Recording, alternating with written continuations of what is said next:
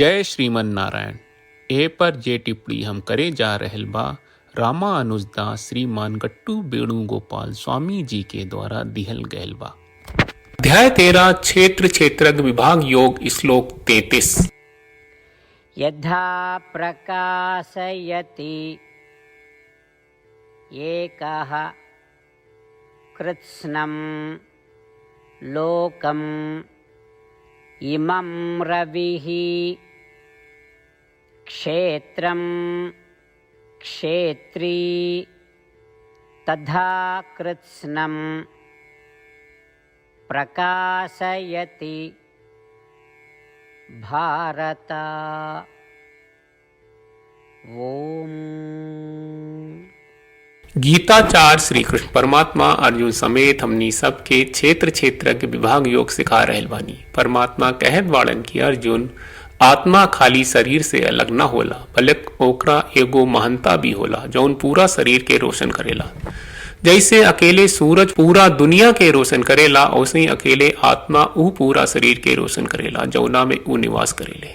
और जैसे चमकत सूरज ऊ दुनिया से अलग होला जौना के ऊ रोशन करेला, वैसे ही पूरा गोला अर्थात शरीर के रोशन करे वाली आत्मा शरीर से अलग होला। ई तरह से श्री कृष्ण परमात्मा दिव्य आत्मा की महानता के प्रकट कर रहे बाड़े। हमनी के अपन शरीर के रोशन करनी और ओकरा से अलग होके के बात मानत आई। हमनी के अपन अनूठा स्वभाव के लगातार याद रखे की कोशिश करी।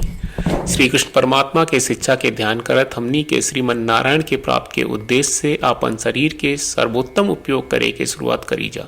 हमनी के श्रीमन नारायण के समर्पण करत घरी श्री कृष्ण परमात्मा के वचन के श्लोक के रूप में दोहरावे की कोशिश करी जा।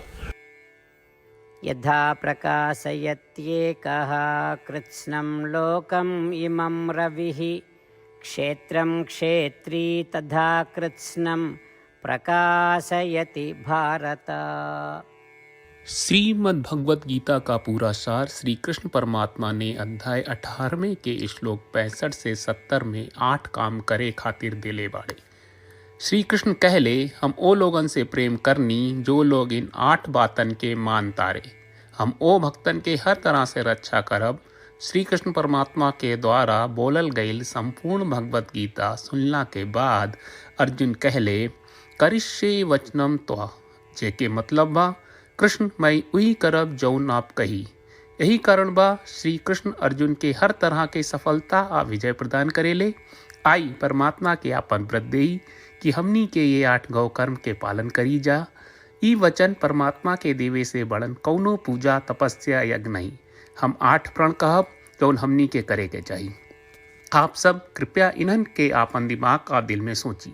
श्री कृष्ण के आपन वचन देवे के ई तरीका में हमनी सबकी कल्पना करे के चाहिए कि श्री कृष्ण का चेहरा खुशी से चमकत बा और खुशी के एहसास करत बा। जय श्रीमन नारायण। यहाँ हमनी के 8 वादा बा। हमनी के पहला वादा, हे श्रीमन नारायण आपका निर्देश के मुताबिक हम हमेशा तोहार ध्यान करब और तोहार बारे में सोचब। हमनी के दूसर वादा, हे श्रीमन नारायण आपका सलाह का अनुसार हम हमेशा आपका भक्त रहब।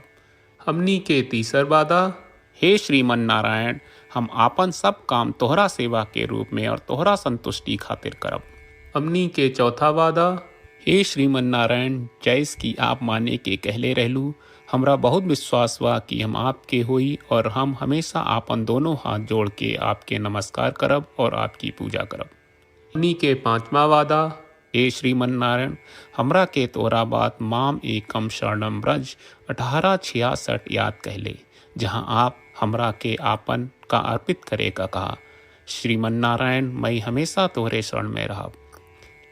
हमनी के छठवां वादा, हे श्रीमन नारायण हमरा के तोहरा बात माँ सुचहा 1866 याद कहले कि आप हमनी के शोक ना करे का आश्वासन दे रहे बड़े, हम अब और शोक ना करब। हमनी के 7वां वादा, हे श्रीमन नारायण आपने हमरा खातिर श्रीमद् भगवत गीता के वितरण करके हम सबके कृपा कहले और आशीर्वाद दहले बा। हम वादा करत बानी कि रोजाना कम से कम 1 श्लोक पढ़ब या सुनब। हमनी के 8वां वादा, हे श्रीमन नारायण आप गीता के पूरा मानवता तक ले गयलू। हम गीता में आपके दिव्य वचन के उन भक्तन तक पहुँचावे के प्रयास करब जे गीता से अपरिचित बा। हे श्रीमन नारायण, हम उई करब जौन तू करई का कहब, हम ऐसन व्यवहार करब जैसन आप चाहत बानी, और हम खाली आपका खातिर काम करब। श्रीमन नारायण के रोज आपन वचन देहल कि हम ओइस करब जैस आप कहत बानी, ई अपने आप में बड़न पूजा बा। श्रीमन नारायण करशे वचनम त्वा, श्रीमन नारायण हम तोरे निर्देश के मुताबिक काम करब। सर्वम श्री कृष्ण अर्पणम अस्तु। जय श्रीमन नारायण। यथा प्रकाशयति एकः कृत्स्नं लोकम् इमं रविः क्षेत्रं क्षेत्री तथा कृत्स्नं प्रकाशयति भारत। ओम यथा प्रकाशयत्येकः कृत्स्नं लोकम् इमं रविः क्षेत्रं क्षेत्री तथा कृत्स्नं प्रकाशयति भारत। जय श्रीमन नारायण। सब भक्त लोगों से विशेष अनुरोध बा, जीवन में हर चीज में हमनी के तत्कालिक और प्रभावशाली परिणाम की अपेक्षा रहेला। एकरा खातिर आइए रोजाना 1 मिनट के समय निकालल जाए और नारायण आश्रम पढ़ल जाए। नारायण आश्रम प्राप्त करे खातिर नारायण आश्रम वेबसाइट पर जाई, जो www.narayanashram.org है, और पंजीकरण में आपन नाम और ईमेल दर्ज करी। आपके द्वारा प्रदान कईल गई ईमेल पर आपका एक नारायण आश्रम PDF प्राप्त हुई।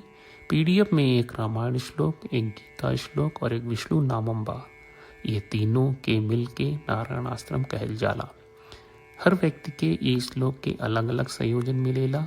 जब हर कोई 24,000 भक्तन के साथ रोजाना आपन नारायण आश्रम पढ़त आ सुनत बा, ता हर दिन संपूर्ण रामायण का 1 दौर, श्रीमद् भगवत गीता पारायण के 33 दौर और श्री विष्णु सहस्त्रनाम स्तोत्र पारायण के 24 दौर प्रतिदिन पूरा होएला।